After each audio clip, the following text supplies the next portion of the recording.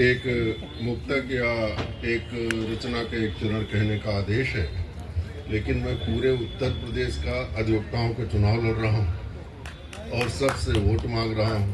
तो मेरा आग्रह है कि बार काउंसिल चुनाव में आप सबके सगे संबंधी जो भी वकील होंगे उनसे मेरा नंबर 270 है और बार काउंसिल के चुनाव में प्रथम वरीयता का मत उन्हें ये इंगित करिए कि जो है सर के शब्दों को मेरा भी शब्द समझा जाए और सर को सब लोग जितने भी कर विजयी बनाए।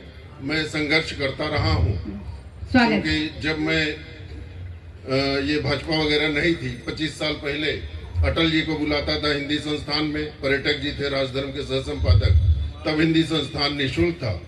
साहित्य परिषद में जो संघ की अनुषंगी संस्था है उसमें मुझे प्रदेश कार्यकारिणी सदस्य का दायित्व दिया गया, लेकिन इतना दिखावा कि मैं कहते कहते मर गया। पूरा लखनऊ का मतलब एक तरह से मर ही गया, कोई बात नहीं सुनी गई।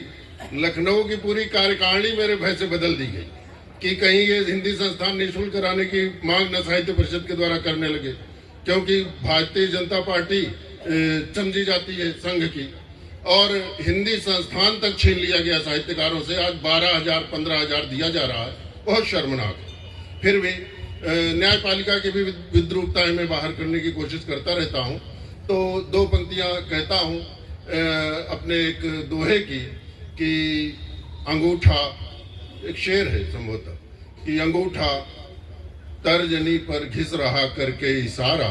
आप लोग गए होंगे तो पेशकार वहां ऐसे ऐसे करता रहता, क्योंकि 12 कोटी जी जो वीडियो बना रहे तो जानबूझ के हम ऐसे कर रहे हैं कि अंगूठा तर्जनी पर घिस रहा करके इशारा, गजब है न्याय घर में पेशकारों का नजारा। अंगूठा तर्जनी पर घिस रहा करके इशारा। ये सब व्यवस्थाएं बदलने के लिए और साहित्यकारों के लिए संघर्ष करने के लिए मैं चुनाव लड़ रहा हूँ। दो पंक्तियां और कह के मैं राष्ट्र चिंतन की भी 4 पंक्तियां कहूंगा। लगता है जैसे कि जब युवा रहे होंगे आदरणीय दादा, उस समय की रचनाएं अगर छापे तो मुझसे भी आक्रोश भरी रचनाएं इनकी होंगी। लग रहा है जैसे मेरी पंक्तियां हैं या मैं इनकी पंक्तियां लिखता हूं, इस तरह का मुझे भ्रम होता रहा। तो वो 4 पंक्तियां भी पढ़ूंगा राष्ट्र चिंतन से, क्योंकि मैंने लोकार्पण किया इसका। लोकार्पण किया है तो 4 पंक्तियां कहना ही होगा।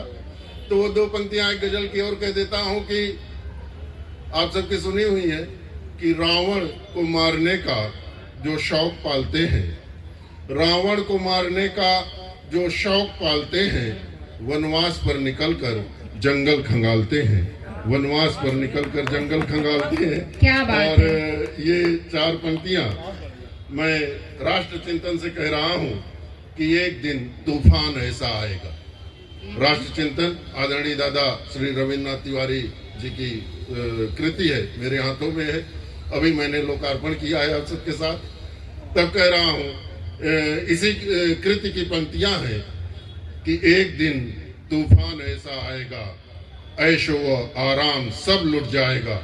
उन नर पिशाचों के लिए जो साहित्यकारों से उनका हिंदी संस्थान भी छीन रहे हैं, उनसे कह रहा हूं कि एक दिन तूफान ऐसा आएगा, ऐशो व आराम सब लुट जाएगा, और तब छिपाओगे कहाँ पहचान अपनी, हर तरफ दौड़ा के पीटा जाएगा। जय हिंद, जय भारत, वंदे मातरम। क्या बात है, बहुत सुंदर पंक्तियां।